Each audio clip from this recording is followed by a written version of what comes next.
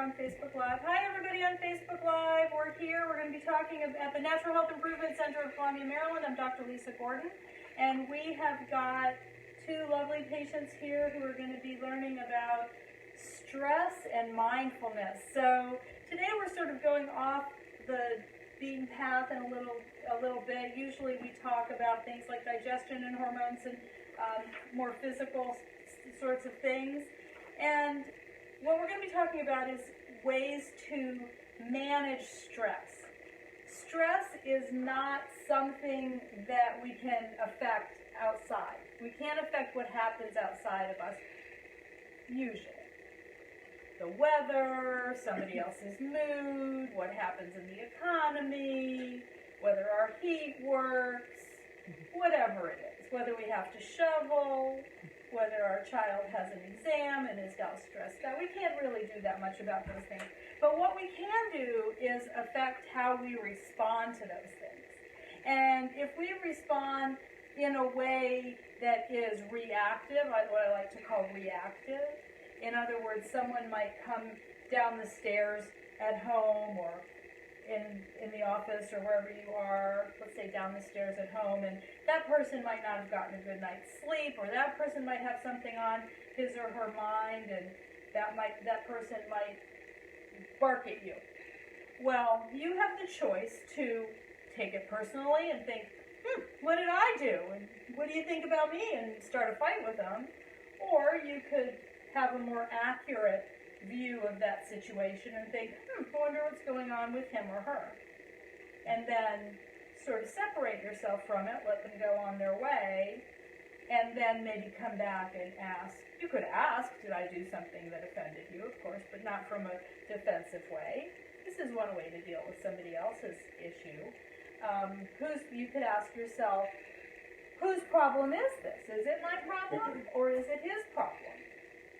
If it's his problem, then he needs to solve it, and you can go about your day and cook breakfast, or you can go about and get on to work, or you can, whatever you're going to do in the morning, go and exercise, whatever you need to do in the morning, or talk to somebody else, or maybe come back, as I said, and say, is there something that happened? I noticed you were out of sorts this morning, or you're not really yourself. Is there something that I did? And then, if he says no, or she says no, it's just something I'm going through, then you can say, oh, well, is there any way I can help, if you want to. Or you can get all up and, upset about it and say, well, who are you? Why are you treating me that way? Well, which one is going to give you a better day? Of course, you don't want your loved ones to be upset, so you might be a little concerned about them if you respond in a more accurate way, or if you interpret in a more accurate way, something's going on with him or her. But if you react in a way that kind of really is starting a fight, well, then you're going to be upset. And then what happens is your hormones go into overdrive. Your adrenals start pumping out cortisol, and you're just all upset. And then everything gets spiraled into drama, and it actually affects your health. It actually affects your health. Your blood sugar changes. Your blood pressure changes. And none of it had anything to do with you in the first place. So that's my first hint to you about stress, is look at a situation and step back and ask, is this my problem or is it their problem? Is this about me or is it just something that they have to deal with? Can I be helpful? Can I perhaps help silently by standing in a really strong, compassionate place and not saying a word? That's another way to deal with it. And I know that, we're mothers here. Gabby isn't yet, but Gabby's very sensitive, and she really does understand about when people have their own stuff. We have people coming in here all day long who aren't well. And sometimes they can come at us and say things that we might take offense at even. But what we need to do is know that people are coming here because they're uncomfortable. And people are in your lives too who are uncomfortable. And it may happen without any warning. So that's my first tip for you about stress. The next thing I want to teach you about stress, and this stress and mindfulness blog, if those of you in Facebook land, there's something on stress and mindfulness, and Gabby will be putting that up on our blog, so you can get that if you weren't able to make it here tonight. There are a lot of things, natural remedies, exercise, sleep, meditation, and I'm going to be teaching you a couple of really nice meditations that you can do on a daily basis to keep yourself in that space of really nice, calm energy so that you can be that for the people around you and for that, to be that for yourself, which is a wonderful way to heal. Because if you have health problems and health issues and all things that are causing you to not be able to be fully involved in your life as much as you would like to, you probably do have some stress. So wouldn't it be nice to be able to have techniques to really stay calm in a very healing environment? You're going to be less likely to be ill. And that's my goal. You know, I'm a healing practitioner. I'm a chiropractor. I'm a nutrition response testing practitioner. I help people with their allergies and their hormones and their digestion and all these different things. And my goal is for everybody to be healthy and come in for maintenance adjustments and just feel great. That's my dream practice. To have everybody come in and say, hey doc, I feel awesome, thank you for your help, and I'm here for my maintenance treatment. Whether it's chiropractic or whether it's nutrition response testing or whether it's a checkup for one thing or another. So that's my goal. I don't really want people coming in sick because I believe that people can be well, and I want them to come in when they're sick and get well and stay well. That's my dream. And I'm getting older, so you guys, get well and stay well. All right, so meditation. Staying hydrated is very, very important. Doing relaxation exercises, which is kind of one of the things I'm going to teach you is a relaxation exercise. The other one is a little bit more of a visualization meditation. Deep breathing, we're going to go over some of that. Progressive muscle relaxations. I'm just going to let you read this on your own because we have a lot to go over tonight. Now, some people like to write. If you do like to write, what I'm going to suggest is not that you write and gripe about everything. Because writing and concentrating on the bad stuff is kind of like wishing for more of that to happen. Sometimes you need to get it out. You know, really, sometimes you do. But other times, the more useful daily practice for writing, I find, is writing a gratitude journal. Maybe you've heard about this. Write down 5 things that you're grateful for that day. It can be anything. I'm grateful for the fresh air. I'm grateful for being a little bit warmer than it was yesterday. I'm grateful for those kids who came over and shoveled my snow. I'm grateful my shoulder feels a little better than it did yesterday. I'm grateful that my digestion is good. I'm grateful for, in your cases, I'm grateful for my husband. I'm grateful for my children, whatever it is. Grateful that I hit a lot of green lights today. Grateful for that salad I had for lunch. Whatever it is, anything at all. And concentrate on the good stuff, and believe me, more good stuff will happen. Isn't that neat? Yeah, and if you concentrate on the bad stuff, guess what's going to happen? That's how you're going to experience life. Some people say you bring more of that into your world, and the way I see it is not so much in a law of attraction sort of way, because a lot of people concentrate on what they call the law of attraction. The way I see it is that you're standing in a position to look at the world. And if you see beauty and love and goodness in the world, that's what you see in the world. Isn't there enough ugliness that we could concentrate on that? How would you feel if you only concentrated on the bad stuff? Or how would you feel if you spent enough time dealing with the bad stuff so that you don't want to ignore things? Like if somebody's treating someone in a cruel way, of course you're going to step in, at least I would, and say something about it. You don't want to ignore that and, walk around with rose-colored glasses.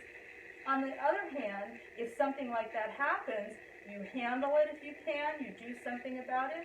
And then you walk away and you can say, I'm glad that I was able to diffuse that, instead of, what an awful person. And then go and look at something beautiful. Because the more beautiful, loving stuff you can look at, that's what you're going to see in the world. Does that make sense? Mm-hmm. Yeah. So these are things, we're here talking about stress and mindfulness. So being mindful that if something needs to be handled, of course, go in, don't allow bad things to happen if you can do something about it. In my world, it's if I see bigotry, if I see cruelty, those are the things that I can't tolerate in my world. If you see things that you can't tolerate, and it has to do with how people are treating each other, I would encourage you to, if you can, safely handle it, or at least do something. Then if you can, do it. Of course, you don't want to put yourself in danger. Now we're getting into a whole other philosophical conversation that I don't usually get into here, but we're talking about mindfulness, and that brings to me kindness. And kindness is the most important thing in my world. That's how I try to raise my kids, and I think that they're pretty kind people. All right, so enough of that. So write a gratitude journal, and also think gratitude. Some people pray before meals. That's a way of being grateful for your food. So people are familiar with that. If we just start thinking grateful thoughts, we're going to be less stressed than if we think negative thoughts about people. That's another tip about stress. Because what you want to do is you want to get your hormonal system relaxed. You want to be in a state of resting, of relaxation during most of your day, so that your body and your nervous system can heal. Because if you're running from an imaginary bear that you're thinking about with all the negative stuff, your body is on fight or flight, and it's not able to heal. Does that make sense? Mm-hmm. So these are not just, I'm not just here preaching to you. What I'm doing is trying to get your bodies in a state of healing ability, so that you can make the most of your nutrition response testing programs, in the case of you guys, or your chiropractic programs, or your food, or your relationships, so that you can heal. See? Okay, good. Time management, of course, if you can, figure out less to do, only do what must be done, don't do what is optional to do if it's not necessary. Maybe someone else can do it, or maybe it really doesn't need to be done. That kind of thing. So time management, trying to do one thing at a time. And say no when necessary. And then aromatherapy, certain scents are good for certain people. And there's a list of things here: lavender, chamomile, rose, orange, sandalwood. This one is called ylang ylang, the one that starts with a Y. And then foods to focus on: salmon, avocado, chamomile, turmeric, dark chocolate, probiotics. There are a lot of good fats and brain boosting foods, and gut support and relaxation in that list. So that's just a small list of things that can help you. So the idea is that stress is a physical response, and so the body thinks it's under attack, but it's not usually. We're really not under attack very much, but we make up these stories about how we are. So I've kind of gone through some of this. Blood goes to muscles, shutting down the parts of the body. It says unnecessary here, but it's unnecessary at the time of fight or flight. Like when you're running from a bear, you probably shouldn't be digesting food. That's not what it needs to do. It needs your muscles to run from the bear. If there's really a bear. But usually the bear is imaginary, so we don't really have to run from it. So it takes away from the healthy functions of the body and that happen in the resting state, and get your muscles working. So you don't want that happening in most situations, because what if you're so stressed that when you eat, your body is running from a bear instead of digesting? Well, couldn't that cause digestive problems? And then if you do it long enough, your body gets used to that, and now we've got to repair it, which we can do with nutrition. We can do. All right, so that kind of gives you the overview. And now what I'd like to do is teach you a couple of short meditations and breathing exercise and a meditation.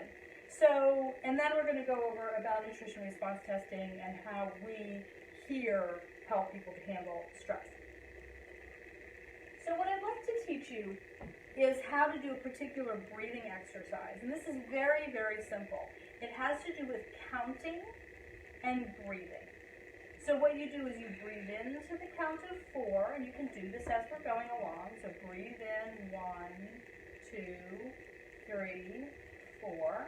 Then you hold your breath in to the count of 7. I'm going to go fast now because you're all doing it. 1, 2, 3, 4, 5, 6, 7. And then you breathe out to the count of 8.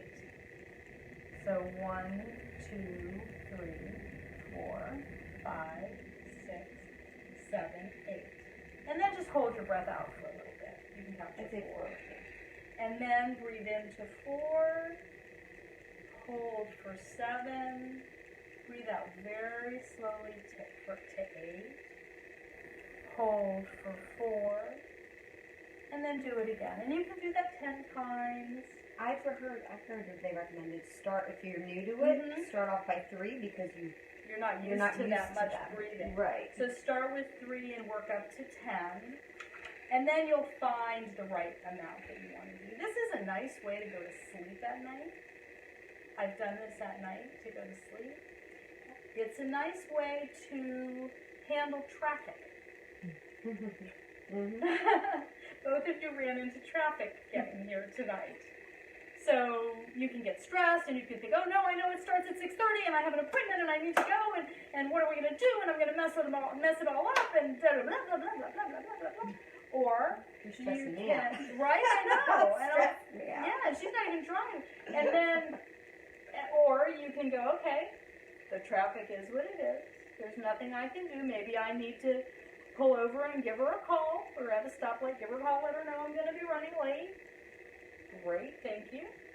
And see, I'm grateful that you called. That's me expressing gratitude. Oh, good, she's all right. I don't have to worry about her. She'll be here. She's in traffic. I would say drive safely and get her when you get here. And in the meantime, you can go, oh, I remember that breathing exercise, and just start counting. And you can do it while it's not going to put you to sleep, this one. You don't have to close your eyes. 1, 2, 3, 4, and slowly. And do that at your own pace.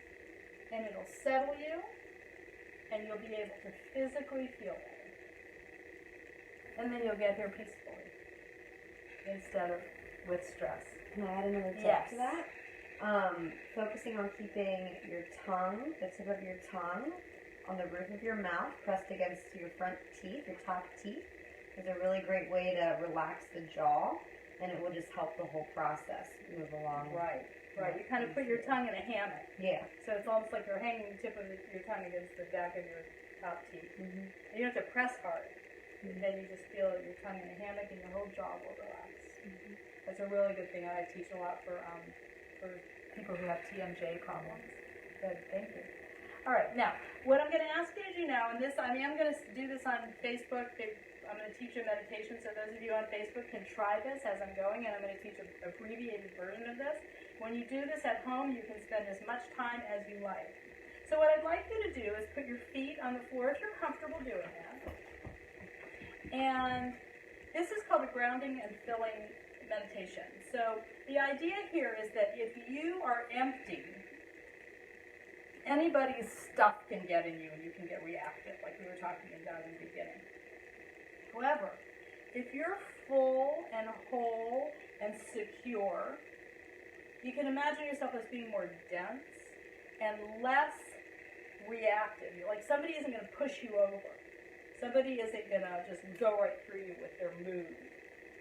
Okay, this is because you're grounded, you're like a tree, and you're full, so nobody's going to push you over. Does it make sense? Okay, so what I want you to do is just imagine, you can close your eyes and imagine yourself having tree roots coming out of your feet, and it can be any kind of tree. and the ground is the ground here. So we've got earth here that's a little red clay, a little brown earth, and right now it's pretty frozen, but the trees still have their roots. So you put down your tree roots in your imagination. This is just an imaginary thing. You put down the tree root. It could be a taproot going down to water. It could be like a willow with wide roots, whatever it is that comes to your mind. And through those roots, now those are attached to your feet. They're coming out your feet. And through those roots come anything you need. It can be anything. It can be a color. It can be a vibration. It can be a sound. It can be a temperature. It can be a nutrient or more than one nutrient. You don't have to know what these are. And just imagine that coming up into your feet, into your legs, and your knees, and into your thighs, into the organs of your lower body, your hips, into your reproductive organs, your digestive organs, up through the middle of your body, your heart, your muscles, the skin, everything, your chest, your back, your spine. It comes up your spine. If there's a place where the color or the temperature doesn't go around, don't worry about it. Just let it go. It doesn't go in. Just let it go around. And it'll just trust that it's going to all be fine. And then it comes down your arms. And now you're getting full with this, what you need. And it could even be more than one thing. It could change as it goes in different parts of your body. You might think, oh no, I had a color orange, now I need a color blue. Okay, look, then it's blue now. Or I had temperature, I had warmth, now I need something a little cooler. Okay, fine, and it's a little cooler now. And then when it comes up into your head, it goes around your brain, it goes around your eyes, your ears, your sinuses, everything. And then it comes out, imagine this, it's just imaginary. Imagine a golden light coming out the top of your head, the crown of your head, and then it just surrounds you like rain around you. And so now you're kind of surrounded by this golden light or color or whatever, however you want to think of it. And when you're ready, you can open your eyes. And this usually would take a lot longer, but it's a tool. If you like it, use it. If you don't like it for any reason, don't use it. That's the nice thing about visualizations. Some people are going to like some of them. They might need to adapt it. It might not be okay with them for some reason. That's fine. Some people use prayer as a way of being connected. Some people use meditation. Some people use exercise. Whatever it is that helps you to be very clear about being yourself and being very calm within it. Because the idea is that we want to be mindful, meaning aware, and not have the stress around us affect us. Okay? I have two more things I want to teach you, and then I'm going to go into a little bit more about nutrition response testing. So one thing, if you're like in a major stress and you're about to have a breakdown, just start naming things around you. Or if you're scared, if you're anxious or depressed, it means you're living in the past or the future. If you're depressed, you're living in the past. If you're anxious, you're worried about the future. So what you want to do is get present for right now. And the way to do that is to just start naming things around. That's a bench. That's a couch. That's white. That's brown. That's green. I'm wearing maroon. I'm wearing white pants. My name is Lisa. That's a rug. That's Gabby. Whatever it is. And then that'll get you present. That's like an emergency thing. Okay, so that's a really good thing to do. I remember figuring that out when that earthquake happened here, and I was really scared. Okay, and so I just started naming things. That's a bush, that's the sidewalk, that's whatever it was. And somehow I figured that thing out. So that's a really good thing that I find. The other thing is, if you just look outside, sometimes when we're worried and upset, we're sort of only seeing this. We're not really able to see far, so look at the walls, then look out the window, expand your vision. That's the other one. Okay? So those are the things I'm teaching you. I hope that they're useful. And so what do we do here in our practice to help people deal with stress and the effects of stress? A lot of times people have some adrenal problems. They've just worn themselves out so much that they're exhausted all the time. That's a real thing. It's not imagined, and you can't just say, oh, snap out of it, because by that time they've got physical damage to their bodies. Well, we've got to repair that. So if you're handling stress in a reactive way, there's probably some nutritional deficiency or organ dysfunction that's occurring. Okay, so what we need to do is figure out what's the organ dysfunction, why, and what does that organ need. And if we can bring this organ from being really tired by giving it the correct nutrition up a little bit, what do you think will happen to the stress? Will it get better or worse? It'll get better. And so that's how we do things. We find out what the organs are that are troubled, that are tired, and we find out exactly what nutritional deficiencies they have.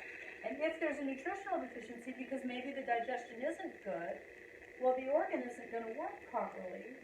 So we've got to get everything better. We've got to find out exactly why and what it needs.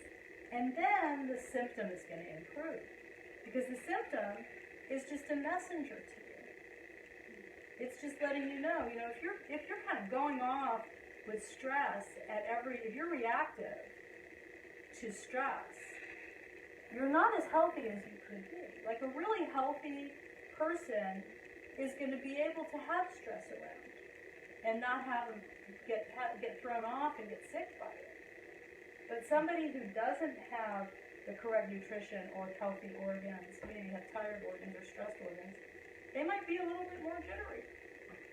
So that's how we handle stress. And the way we do that is with something that is safe and natural and handles overall health. So we're not talking about something that's just the adrenals or just the brain. Like if you have stress, oh, well, that must mean that you need to just change your thoughts. Maybe if you haven't gone too far with it, if you're at a beginning stage and you're just learning, like a kid with a temper tantrum, you could teach that kid, let's look at this differently once you get the kid calmed down, right? But if you have somebody, just take that in that room. All right, thanks. Oh, okay, thanks. If you have an adult who has really just run themselves ragged, then we really are looking at a safe, natural way to handle overall health. And then overall health improves. It's pretty remarkable, isn't it? And we do that with nutrition response testing. And when you get your supplements and you're doing your food journal and all of that, it's called Design Clinical Nutrition, because not every person has the same organ dysfunction or the same nutritional deficiency as everybody else. In fact, no two people have exactly the same situation. We're that complex as human beings. So that's why when I treated identical twins who had the same exact symptoms as each other, they had completely different supplements they needed to take. And they both got better. And they both had, interestingly enough, digestive issues. And one, I could have figured out, well, it was his gallbladder. I might have been able to think that through. The other one actually needed his heart handled before anything else. And if we had switched their programs, they probably wouldn't have done as well as they did. And they both got better. Yeah. So everybody's really different. So what I'm going to do now is thank you guys in Facebook land for tuning in. I really appreciate it. And if you have any questions, if you would like to take advantage of our January specials, we've still got a couple of more days when you can get 30% off your initial visits, and for nutrition, for chiropractic, and for allergy treatment. Believe it or not, spring is coming, so if you want to get started on your allergy treatments for the spring before the pollens hit, this is a great time to give us a call and we can help handle that. I was going to say, if you come to a health talk. And if you come to a health talk, your first visit can be free, no matter for nutrition response testing. So, okay, very good. And I thank you. We're here at the Natural Health Improvement Center of Columbia, Maryland. The phone number is 410-717-6610. The website is drlisagordon, drlisagordon.com. And we look forward to hearing from you.